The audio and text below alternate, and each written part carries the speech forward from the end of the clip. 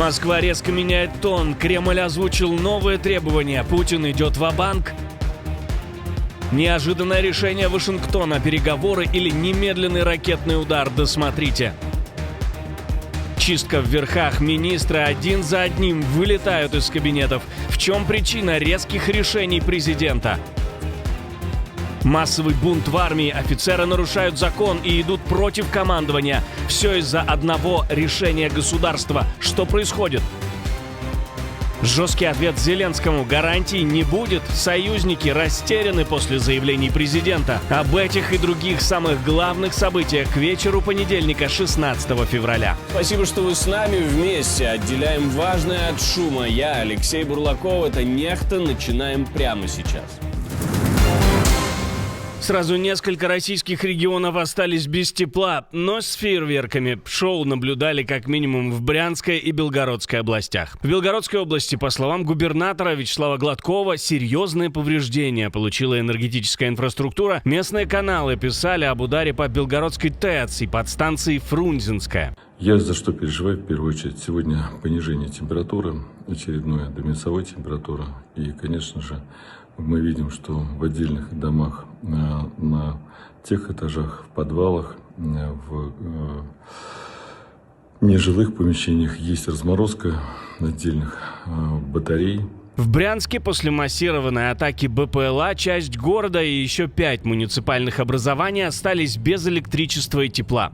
Губернатор заявляет, что атака длилась более 12 часов и что ПВО якобы уничтожило более 170 беспилотников самолетного типа. Что же тогда нанесло столько повреждений инфраструктуре, если все сбили?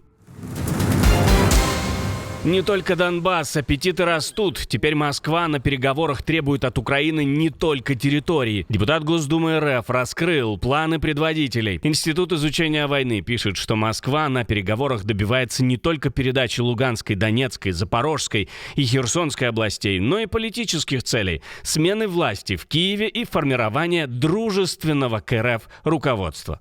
Нас совершенно не касается, будут ли в Украине выборы, пройдет ли референдум и станет ли она и дальше стремиться в Европейский Союз. Пока время работает на нас, и российские войска постепенно продвигаются вперед на земле, своими берцами отмечая изменения границ. Аналитики подчеркивают, такие заявления укладываются в прежнюю линию Кремля. Требование ослабить украинскую государственность, не допустить реальных западных гарантий безопасности, и, если не получится дипломатией, продолжать добиваться целей силой. 14 февраля госсекретарь США Марко Рубио заявил, что переговоры сузились до самых сложных вопросов, и Вашингтон пока не понимает, готова ли Россия реально прекращать войну и на каких условиях. Новый раунд переговоров США, Украины и России запланирован в Женеве на 17-18 февраля. Глава российского генштаба тем временем снова имеет успехи на фронте. Да, именно он, а не войска оккупантов, потому что кроме него ничем подтвердить такие успехи нельзя. Даже военблогеры о них молчат пока. Группировки развивают наступление на Добропольском направлении. Группировка войск «Восток» развивает наступление в восточной части Запорожской области. Пытаясь остановить наше наступление, командование противника перебросило на это направление наиболее подготовленные штурмовые подразделения с других участков.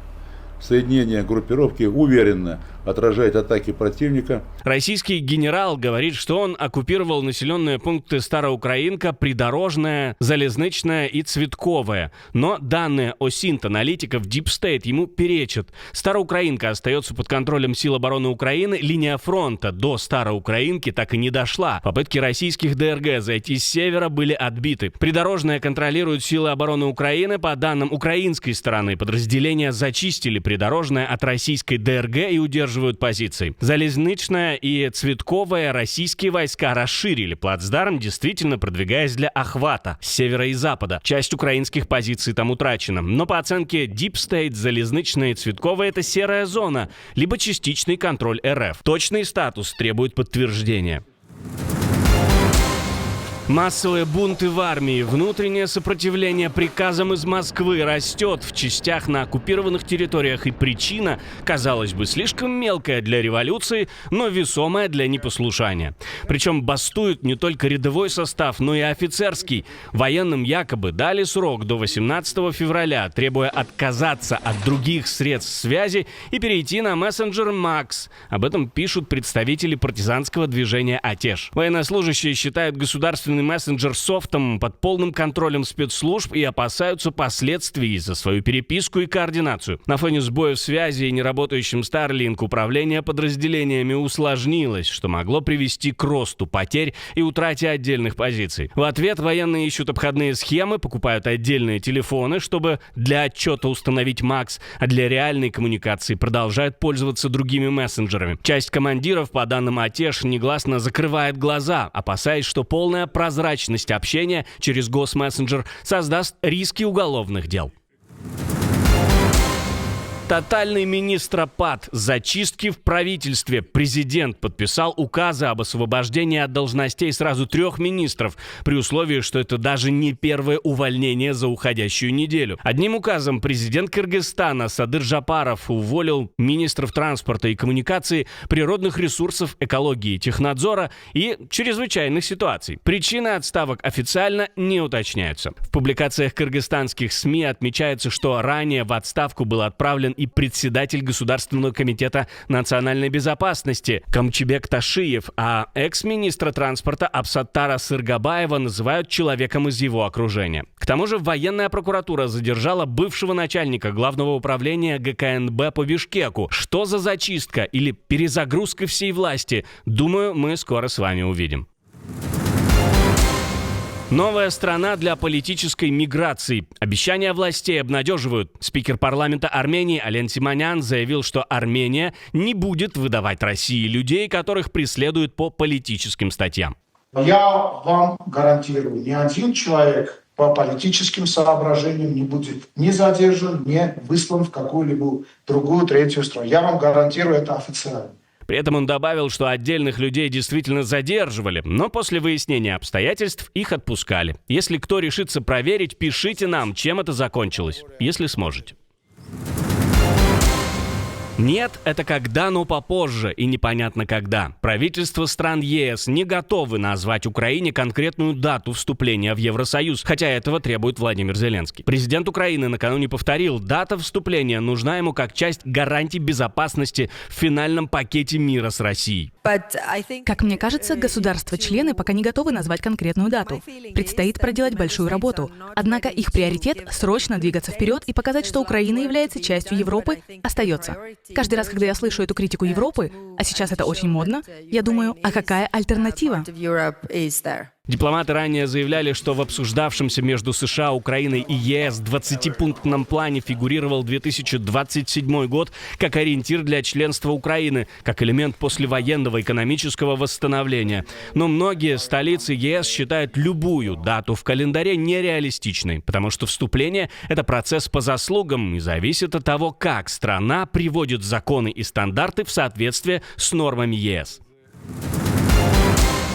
Трамп поддержит идею нанесения удара по режиму, если переговоры сорвутся. Конечно, США не единолично собираются его наносить. Президент США просто дал Израилю зеленый свет на удары по Ирану, если сделка Вашингтона с Тегераном сорвется. По данным источников CBS News, в США уже обсуждают, как помочь операции от воздушного коридора до заправки израильских самолетов в небе. Но какие страны дадут пролет, неизвестно. А Иордания, Саудовская Аравия и Объединенные Арабские Эмираты уже заявили, что свое небо для ударов по Ирану не предоставят. Мы имеем дело с радикальными шиитскими клириками. Мы имеем дело с людьми, которые принимают геополитические решения на основе чистой теологии. И это сложная ситуация. Никому еще не удавалось заключить успешную сделку с Ираном, но мы собираемся попытаться. Стив Витков и Джаред Кушнер будут направляться, думаю, они уже направляются сейчас, чтобы провести важные встречи, и посмотрим, чем все это закончится.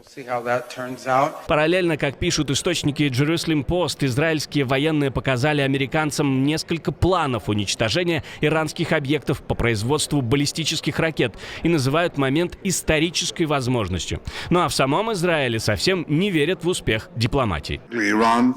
Иран надежен только в одном – они лгут и обманывают. Но я сказал, что если соглашение будет достигнуто, оно должно включать несколько компонентов, которые, по нашему мнению, важны не только для безопасности Израиля, но и для безопасности всего мира. Не должно быть никакой возможности обогащения урана, не просто остановить процесс, а демонтировать оборудование и инфраструктуру. Последний раунд переговоров был 7 февраля в Омане. Иран, по словам главы МИД Аббаса Аракчи, отказываться от обогащения урана в мирных целях и сворачивать ракетную программу не собирается, назвав ее оборонительным вопросом. Стороны договорились продолжать консультации. Резко надавить на Москву. Политика должна стать более агрессивной. Я предчувствую, как закричит российская пропаганда о немецкой риторике относительно России.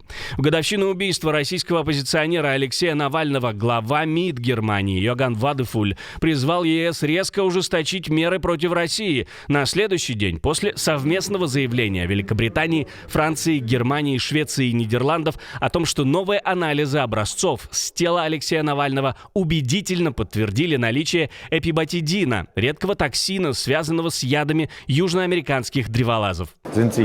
Я должен исходить из того, что в итоге речь идет об отравлении, за которое несут ответственность российские власти. Мы потрясены. Мы понимаем, что этот режим использует все доступные ему средства, чтобы удержаться у власти. Мы видим войну в Украине, нарушающую международное право. Мы видим бомбардировки людей. И теперь видим, что один из главных оппонентов Путина, по всей видимости, был убит. По словам Вадефуля, мотив и возможности для применения такого вещества были именно у российской стороны. На этом фоне он настаивает на более жесткой линии ЕС. Навальный умер в колонии в Арктике, и тема снова стала центральной в европейских дискуссиях о санкциях. А в прошлом выпуске мы говорили о новой операции США. Американский спецназ внезапно зашел в гости. К кому и зачем? Контрнаступление, которого нет, вдруг прорвалось в ленты. В сеть утекли первые кадры возможного прорыва, и теперь все пытаются понять, это реальность или хорошо упакованный вброс. Попытка побега из страны в самом громком коррупционном деле. Бывшего министра задержали прямо на границе. И выход США из НАТО. Если вы еще не видели, обязательно посмотрите. А мы с вами увидимся уже утром.